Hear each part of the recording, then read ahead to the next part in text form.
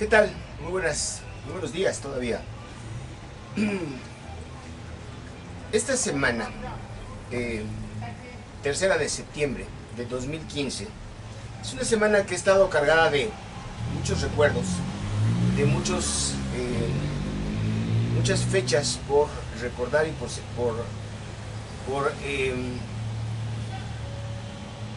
homenajear. De alguna manera, creo que no es la palabra adecuada.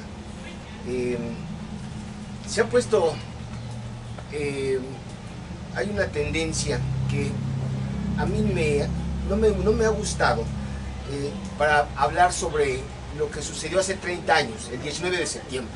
¿Qué pasó? Bueno, pues el terremoto, ¿verdad? Pero entonces aparecen historias y hay quienes ahora son los grandes valerosos y mujeres y yo no sé si será verdad esto. Yo no sé si hace bien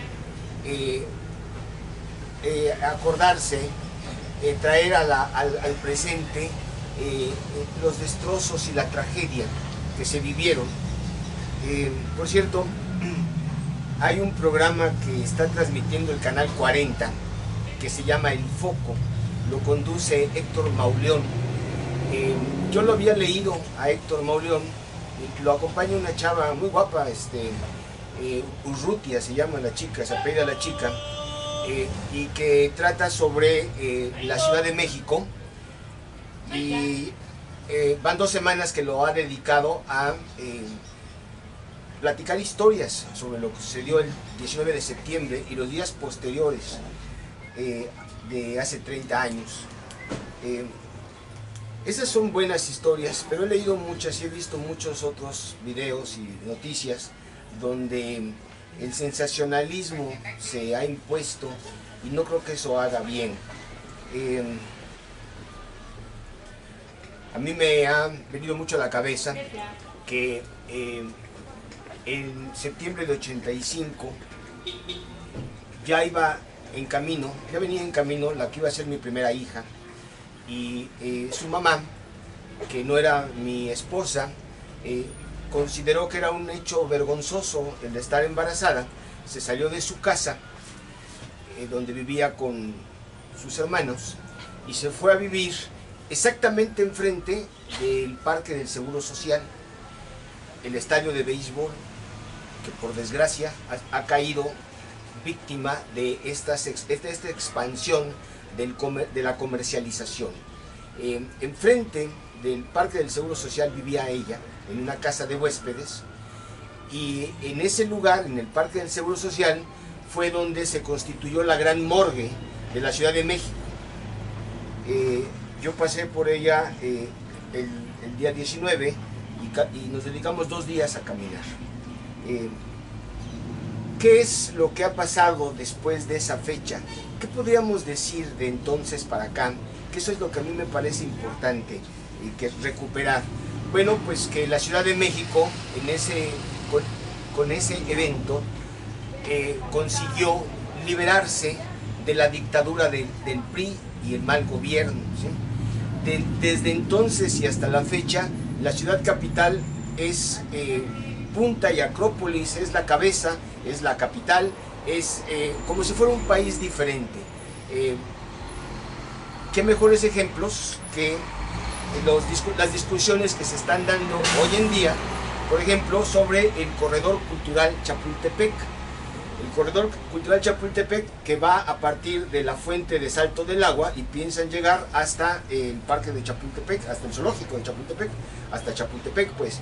Entonces, toda esa zona es una zona que se plantea la discusión de que si construyen un área que lleva 3 pisos y que va a tener comercios, y se discuten las vialidades, se piensa en los estacionamientos. Hay una palabrita ahí que se llama geriatrificación, que se ha puesto de moda entre los urbanistas y que tiene que ver la geriatrificación con la pérdida de los espacios y los valores tradicionales de las ciudades.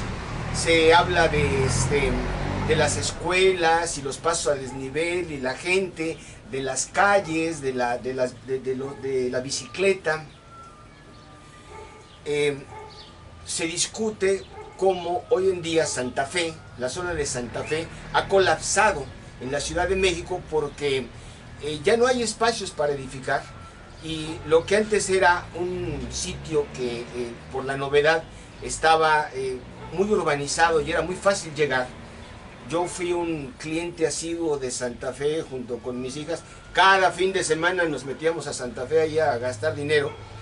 Hoy es imposible, ¿no? Entonces los grandes edificios se están concentrando en Reforma, en la calle Reforma, y me encontré con algunos edificios. Hay uno, el más alto que se está construyendo, ese está por acá, por la zona del sur, no en Reforma, es el más alto, pero es un edificio que la tercera parte va a ser un gran hotel, y luego otra parte va a ser condominios de lujo, y luego otra parte va a ser condominios de no tan lujo, va a tener alberca, helipuerto, va a generar su propia agua, ¿sí? Bueno, esas discusiones, esa ciudad, esa urbanización ha sido posible, es posible, gracias a que en 1985 la sociedad dijo, basta, ¿sí? De ahí que los llamados que he venido haciendo a través de este canal para que hablar sobre un problema simple, que es la venta de la vía pública y el congestionamiento brutal, ya imposible. Yo tengo que dejar mi auto en un estacionamiento y caminar para llegar a la librería, ¿sí? ¿Por qué sucede eso? Bueno, pues porque el mal gobierno de Tejupilco no le interesa participar, pero la ciudadanía menos. Les voy a decir en qué va el estado de lo que se grabó y se transmitió hace 2 semanas por aquí. Bueno, pues que todos los vecinos, que no somos muchos, tienen miedo. Bueno, ¿de qué tienen miedo? Tienen miedo. ¿Pero de qué tienen miedo? Es que tienen miedo. Y ya ahí acabó. Ya entonces aparecen historias que hay crimen organizado, que hay amenazas. Yo no he visto nada. Yo no sé si sea cierto.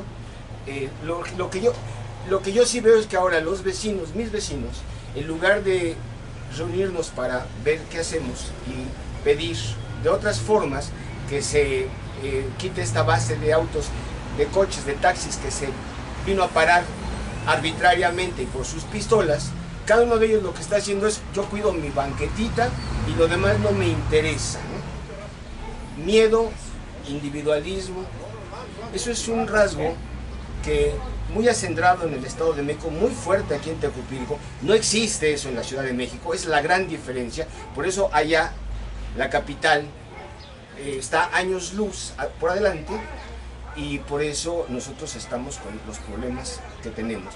Son problemas que se vienen agudizando año con año, día con día.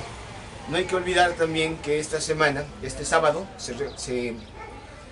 híjoles, pues no sé qué decir. O sea, ha pasado un año. Hace un año, el 26 de septiembre, yo iba a Toluca, y entonces en el radio escuché que había habido un enfrentamiento en Iguala y que no aparecían 54 jóvenes, 54, ya después bajó a 44, finalmente han sido 43, pero conforme yo iba escuchando en el radio, estaba Carmen Aristegui, ella era la que estaba más informando, se hablaba de que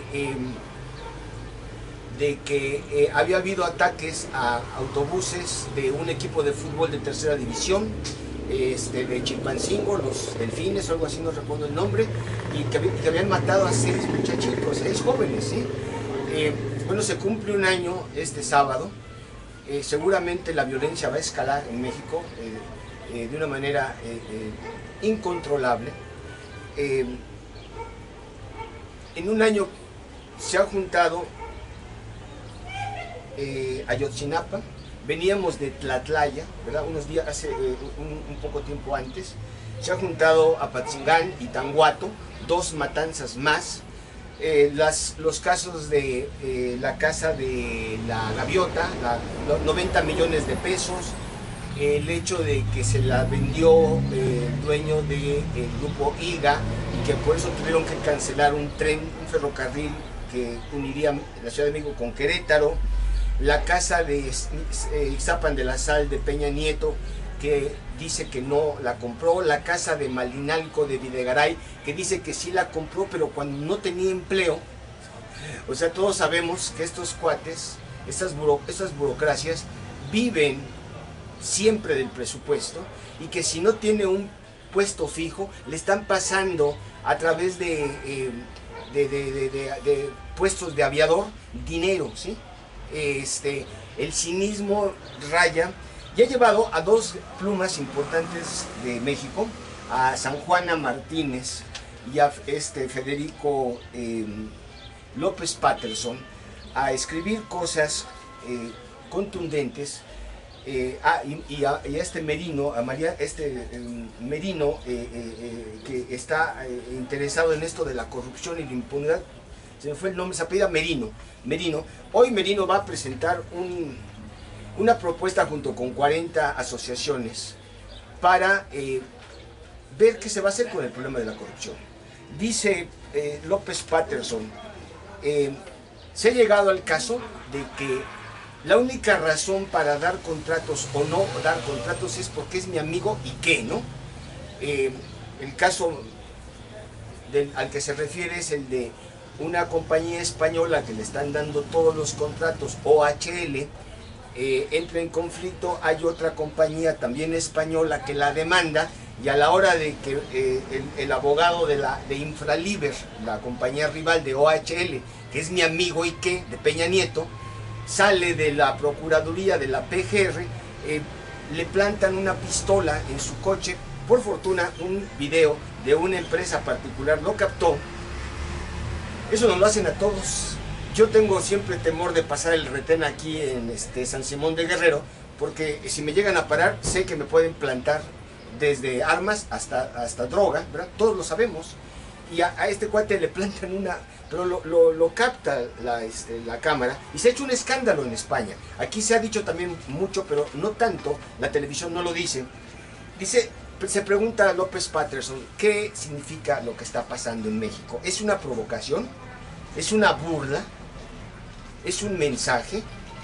Quizás simplemente están tan inmersos en la corrupción que han dejado de verla, respiran en ella, se nutren con ella, y como el aire, se ha vuelto invisible para ellos, salvo para el resto de los mexicanos. Esto lo publica el periódico El País, así termina su columna, y se une a lo que San Juana Martínez, una gran periodista que colaboraba asiduamente con Carmen Aristegui también, se pregunta que si tendrán corazón, ¿no? Y entonces hace un análisis con lo que pasó con el nazi Adolf Eichmann, y que hay quienes se preguntan, bueno, que era un depravado, era una bestia, era un salvaje, y entonces se llegó a la conclusión de que únicamente era un burócrata. Yo aquí, por esa razón, después de leer esto, confirmo mis razonamientos.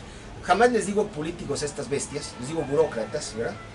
Eichmann, como Peña Nieto, como Murillo Karam o como Arely Gómez, han actuado simplemente movidos por su deseo de ascender en su carrera profesional. Piensen, por favor, ahorita que leo, en todos los burócratas que conocen en Tejupilco, en Amatepec, en Temascaltepec. Piensen en ellos, en los regidores, en los que ocupan cargos en los sindicatos, en el ISSSTE, en el ISEMIN, simplemente movidos por su deseo de ascender en su carrera, simplemente cumpliendo cabalmente las órdenes superiores. Todos ellos son simples burócratas que cumplen órdenes sin reflexionar sobre sus consecuencias en otros seres humanos, ni la compasión que merecen las familiares que buscan. En este caso se refiere a los normalistas, ¿verdad? Y puedo yo agregar los baches que hay en las carreteras, el ordenamiento vial en Tejupilco. Les vale gorro, ¿sí? La tortura, la desaparición, que ha sucedido con los jóvenes de Ayotzinapa, para ellos no existe. Son unas especies de...